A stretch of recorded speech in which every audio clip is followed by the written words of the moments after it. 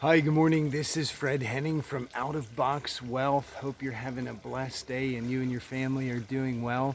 And it's just been such a blessing and an honor to be able to share energetic experiences, energetic awareness, energetic wisdom, energetic knowledge in the spirit of Gnothi Seuton, know yourself.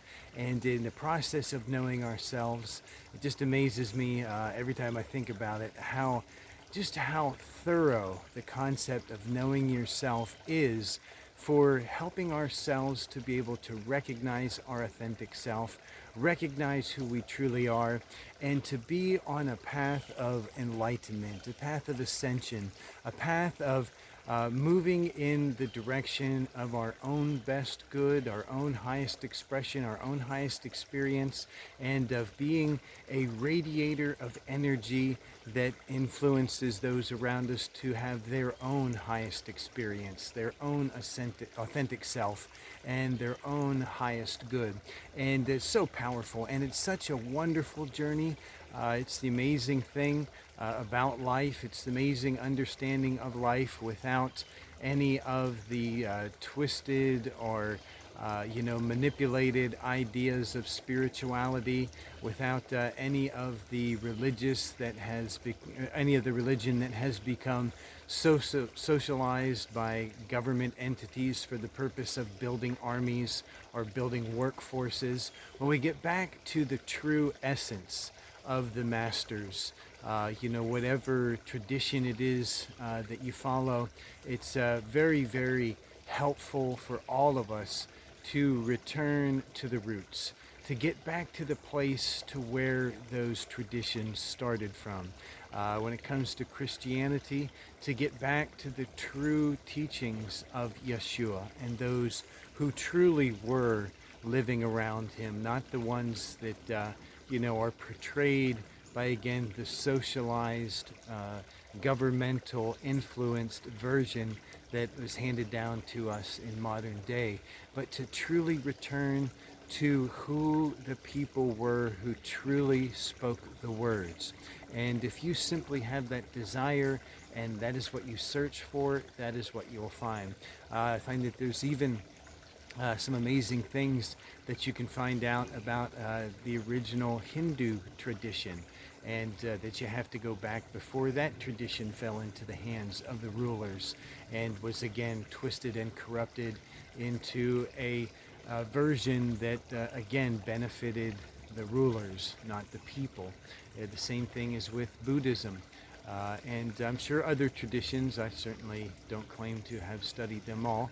But when you look at the roots, and it's just such a powerful, powerful concept, because when we get to the roots, we find the true connection. And the true connection is the only thing that can remain. It's the only thing that can remain indefinite. It's the only thing that can remain in power, because it is only by true connection to Source that the material world can be infinite and can be eternal, because it needs a source of eternal energy.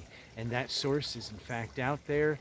And it is so cool because all of the, well, not all, but a lot of the current science that is coming out, especially about quantum physics, anything to do with energy, anything to do with subtle energy fields, any type of bioelectric or biomagnetic energies, is just really, really doing such a wonderful job at confirming what the true-hearted ancients have spoken unto us and have passed down to us. And what's really cool is when you put all of that together with archaeology and you understand some of the powerful, powerful wisdom that the megalithic sites, that the ancient sites that have remained into this day, like the pyramids, and not just the pyramids in Egypt, but the pyramids that are in South America, Siberia, in Asia, all over the world. And really cool is when you find out some cultures that are still living around pyramids that have not been affected and have not been infected by modern culture, and there's simply basically still living the way that they have for generations. But anyway, when we look at things like this, and when you look into simple, alignments of the pyramids, the way they're so perfectly aligned to constellations, to galaxies, to star systems, in amazing ways. I mean, in ways that while the Earth and everything around it, that it's not just the Earth that is spinning in an orbit, but our actual solar system is spinning. So our solar system isn't just fixed and everything's going around the sun. The sun is actually going in a circular cycle, and it is orbiting around other systems.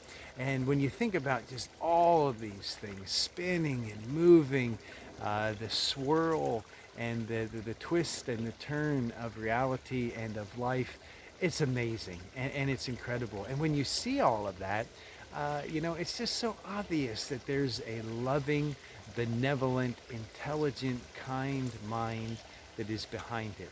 And when you know that existence is there, when you know that source is there, you can start your journey in removing everything that is blocking you from that source, because that's the true connection that everyone seeks. That's our true goal, that's our true mission, that's our true life's plan. And when you've connected to it, because it gives you such a wonderful peace. Some people, get into a corrupt or manipulated understanding of communication with a higher spirit being. And you can tell because it's most frequently a negative connection. It's a negative expectancy. Things that they see are negative, things that they remember are negative, and then things that they manifest are negative. And then they, feel like a victim and wonder why, things are happening the way that they are. But when we have the experience, even in, the modern day version of the scriptures, Paul says, pray for those who oppose themselves, that they can recover themselves out of the devil's snare. And that's what happens. We can get into habits, we can get into mindsets, we can get into beliefs where we are simply opposing ourselves. And of course, since energy is always in motion, and since we have a constant flow, a toroidal, torus flow through us, that energy goes out, from us, and can entangle, people around us as well. And so what happens is that we become aware of our energy, we become aware of our connection, and when we have made a pure connection to loving, benevolent, kind, parental source, it's a peaceful, non-judgmental, uplifting, empowering connection. And we know it because it's what we originally started with. When we were born as infants into this earth plane, we knew who we are. There wasn't any confusion. There wasn't any misunderstanding. There wasn't any I have to suffer to get something. There wasn't when we didn't feel right, when we didn't feel that peace and that love, we cried, and we were free to express ourselves, and we didn't have any type of inhibitions based on the reactions of those around us. But as we grow up, because we are living among people who aren't perfect. They do their best. Again, we're non-judgmental. We're not judging the situation, but they're not perfect. And so they pass those imperfections on to us. And then it affects the way that we look at the world. It affects the way that we look at the people around us. It affects our relationships. And that's actually, it works out for our benefit, because what we do is we recognize that, our fulfillment isn't through people around us. It isn't through somebody else. It isn't somebody else's responsibility. That's why I think, the relationships always have some type of flaw. They always have, some type of challenge, because they're not the true relationship. They are not connection with source. And the misunderstanding of an intermediary, of somebody to be in between us and source, is corruption. It's misunderstanding, it's manipulation, because anytime somebody is between us and source, they are actually vampirizing, they are actually leeching, they are actually parasiting energy off of us. instead, and while there may be some connection through them to source, it's never going to be true connection. It's never going to be pure connection. It's going to be a filtered connection. It's going to be a connection that is going to be twisted. It's going to be broken. It's going to be weak through that intermediary, or through that person in between us and source. And so what does that do? That gives us the ability to recognize that that's not a true connection, that is not source, and that no being on this planet needs to be connected through somebody else to source. We all connect ourselves personally and directly. We all have an equal spot at the table. We all have an equal seat. It's like the scripture says, we are all seated in heavenly realms with Christ Jesus and with Yeshua HaMashiach. We are all seated there. And it's very, very powerful to recognize that seat. And it's very, very powerful, again, when we genothi seuton, when we know ourselves. We know ourselves and we realize that this body is made up of material substance that is being held in a form by intelligence. And that's why STEM, well, not just STEM, but that's why especially the research that was done by Bruce Lipton, Dr. Bruce Lipton, when he was actually cloning stem cells.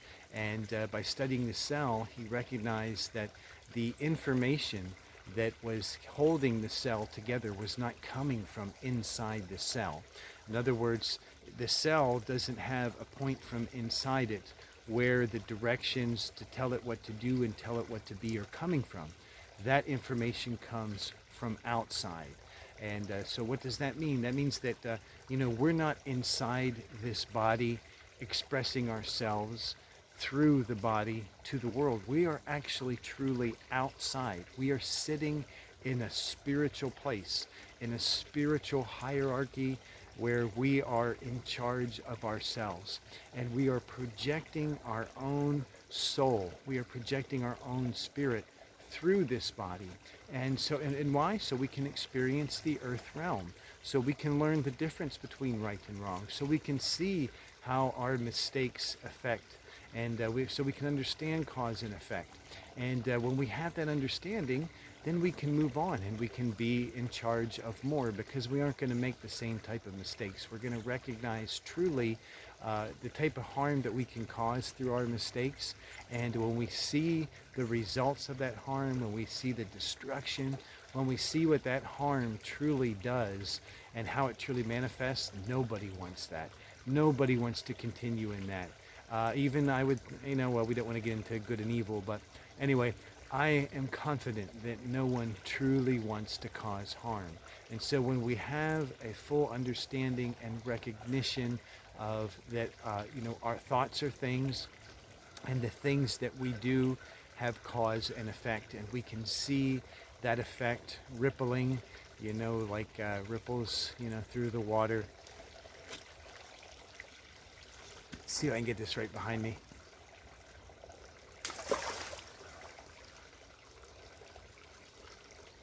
You see the ripples going through the water because of the cause of that rock hitting the water and making the ripple effect. And now they're just flowing.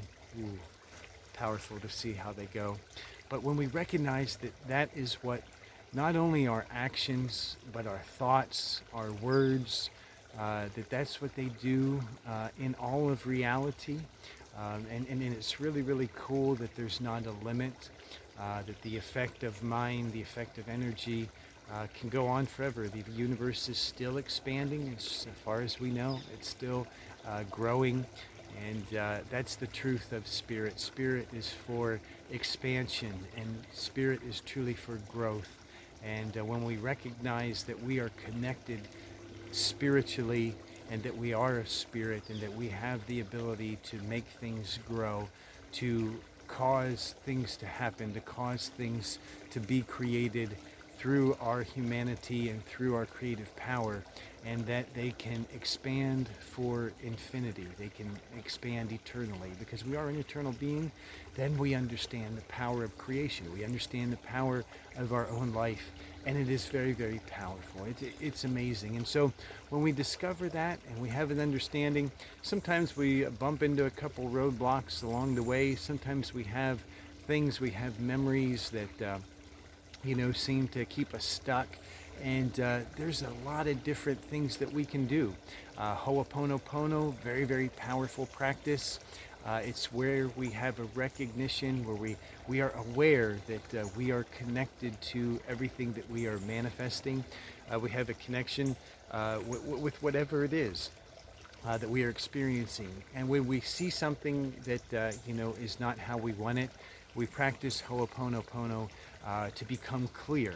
And the idea of being clear, to be clean and clear, to be cleansed of anything in us that is causing negative results to manifest in our lives. When we are clear, when we have just cleansed ourselves, and then we are clear and we recognize that we want nothing to do with that type of connection ever again, we become clean and clear, and we become our own authentic self. So when we recognize something that we don't like, when we recognize something that is making us lose energy, making us feel bad, we recognize our connection to Source. And then the Ho'oponopono practice is to just simply speak out these phrases. I love you. I'm sorry. Please forgive me. Thank you. I love you. I'm sorry. Please forgive me. Thank you. And we're speaking to Source. And of course, like a good child-parent connection, I feel it's best to start in love. You don't have to say the phrases in any particular order.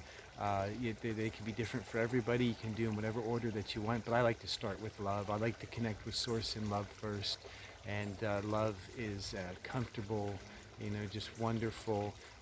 Love energy, gives us energy. It empowers us. It's not like caffeine that drains us and wears us out. And so that's why when I'm talking to Source, I like to start with, I love you.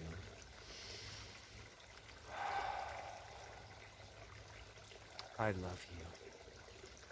And then anything that is not love can simply fade away and just disappear. That's clean, that's clear. And then since we're doing Ho'oponopono over a specific situation, the next thing after connecting in love is we say, I'm sorry. And when we say I'm sorry, we are recognizing, something that I did caused this to happen. It may not be something that I remember. It may not be something that I'm actually conscious of right now, or it may be something that I remember. It may be something that I'm conscious of right now, but I never wanted it to happen. I never wanted this to happen. I never wanted it to be this way. And I wish I never did that. I wish I never said that. And when you say, I'm sorry, you allow that loving parental connection to cleanse it and to clear it, and to remove the connection to you that was allowing it to manifest or to continually manifest or caused it in the first place. So I love you. I'm sorry. And then please forgive me. Please forgive me is to make a complete disconnect from that energy, from that memory, from that cause, from that effect, from everything that we have developed and recorded in our consciousness that allows a negative effect to continue to remanifest itself through the original cause. When we say, please forgive me, we allow a supernatural source to travel through time, from time, travel to the future, to be a powerful force that disconnects our consciousness and our reality from every single possibility of this error. And when you allow Source to do that, The result is only one thing. You are clean and you are clear. It's very, very powerful. It's very, very, freeing for a lot of people. It's very, very healing.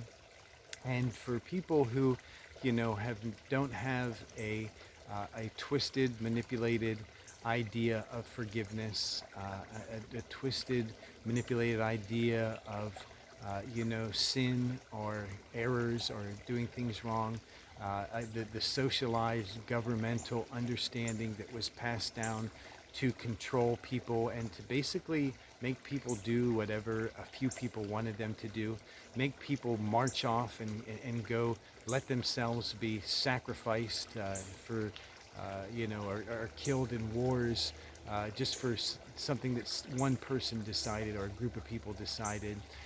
When you don't have the understanding of guilt, that humans are terrible, they're just dirty, wretched things, and God is so upset at us and so angry at us that God made, a hell so that humans could be punished for their mistakes, not only once, but once and for all eternity.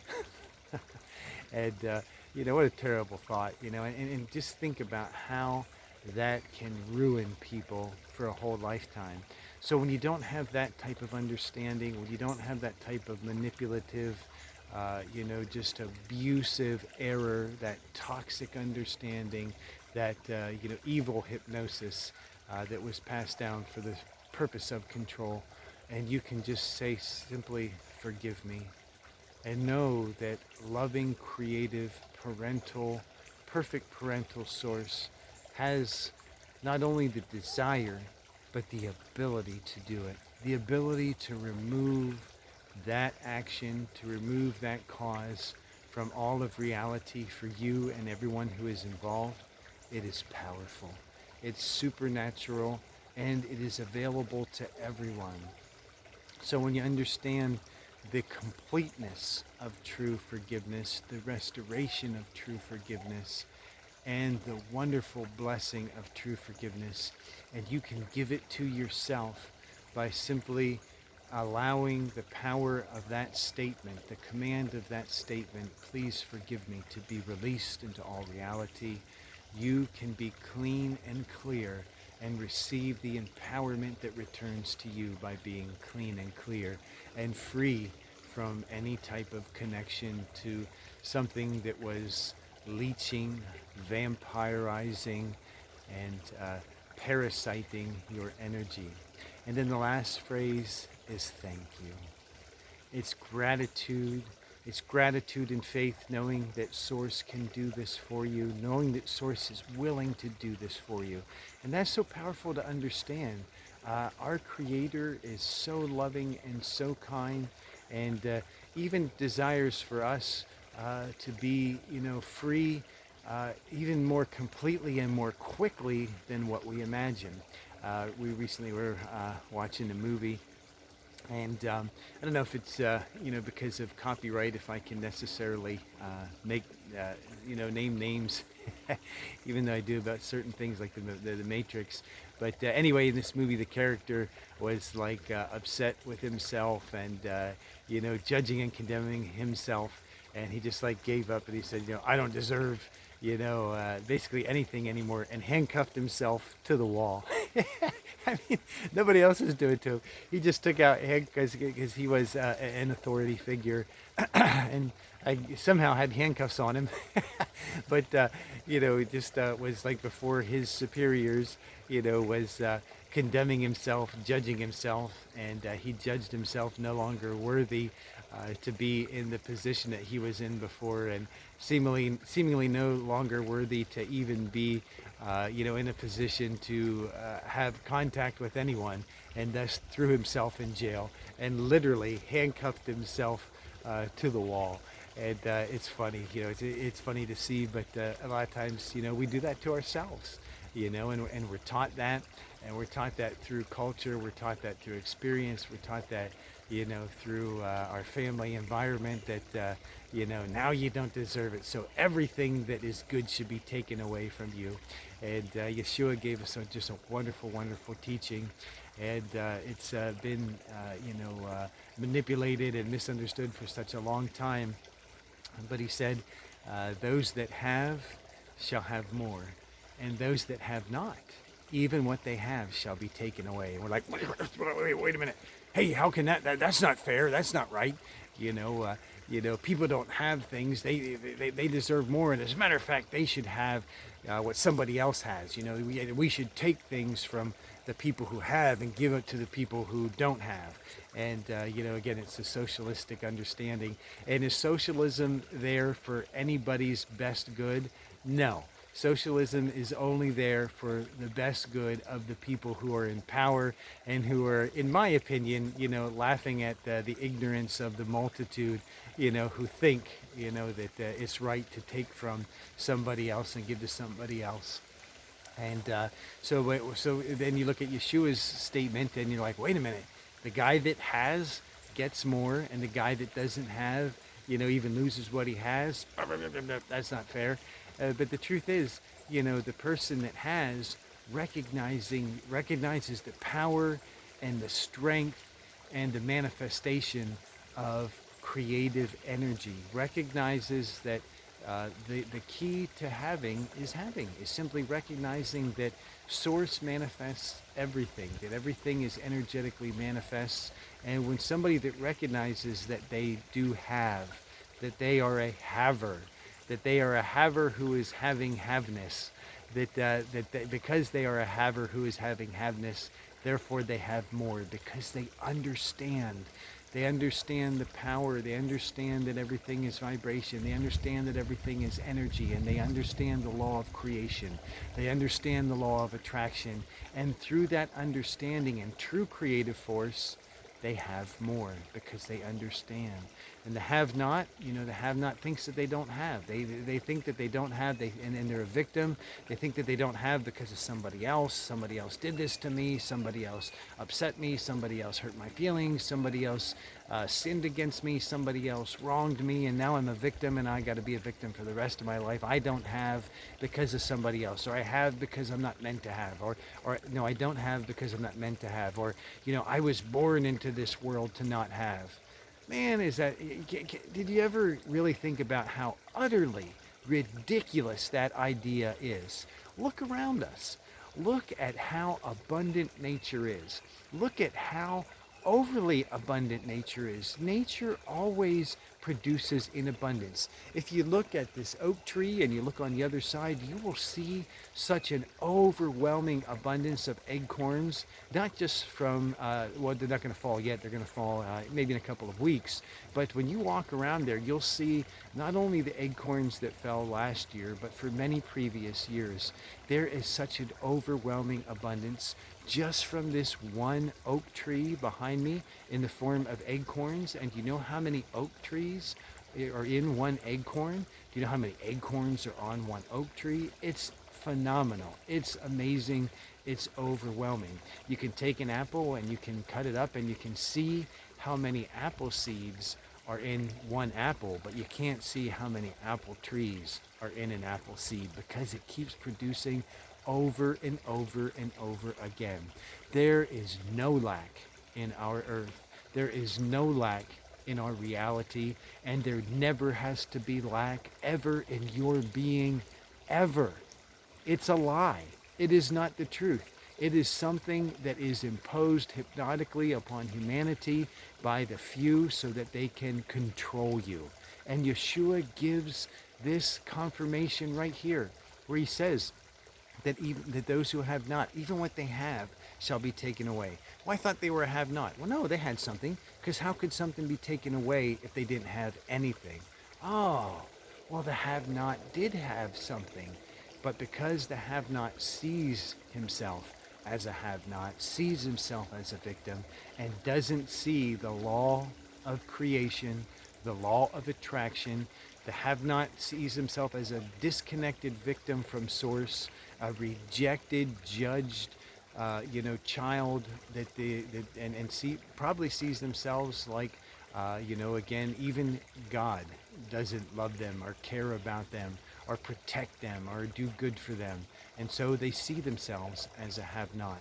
So we see that has nothing to do with God or the universe. It has to do with the mentality, the mindset, the understanding of each and every single person. And when someone does not Genothi Seutan, know themselves, when the have-not sees himself as a have-not, as a victim, that's what they continue to reproduce, not having. And the sad thing about not having is that since that is what they are focusing on, it's going to grow. Whatever we focus on grows. Whatever we focus on expands. So if you focus, and if you call yourself a victim, if you practice victimhood, if you're practicing having not, that power is going to continue to feed off of your being until it eventually consumes you.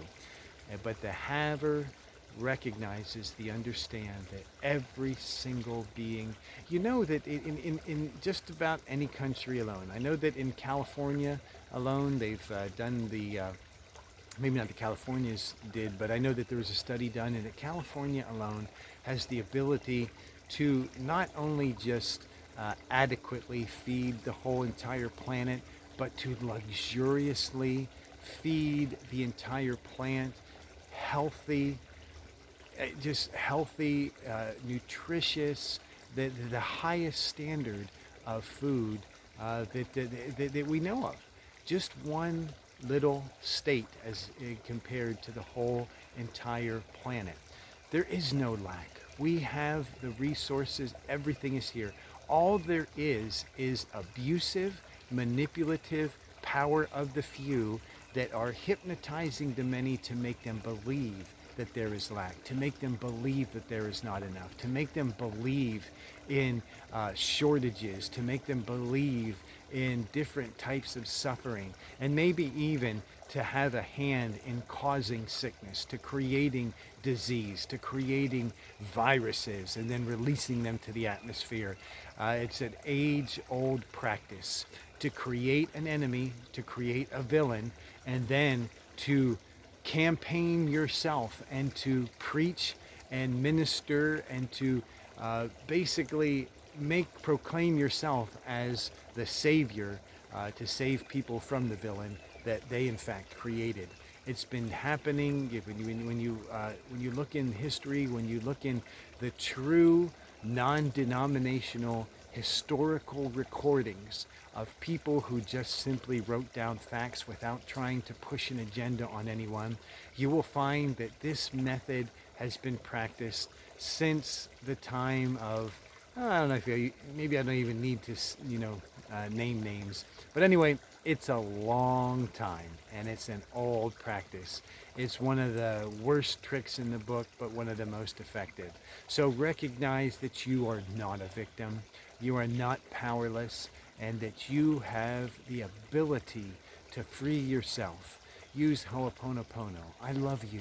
I'm sorry. Please forgive me. Thank you.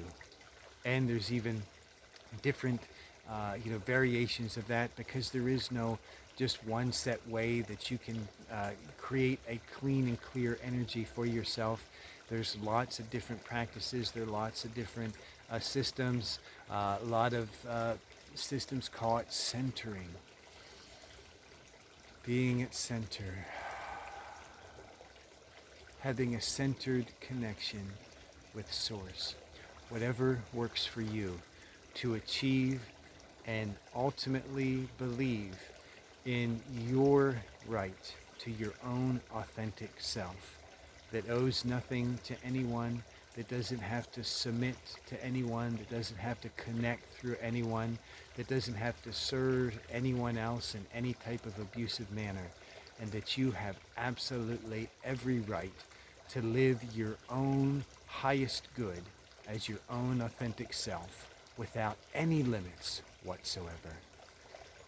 Genothi Seutan. Love, peace, blessing, abundance, prosperity to you and your family in ever increasing multitude. Genothi Seutan. Namaste.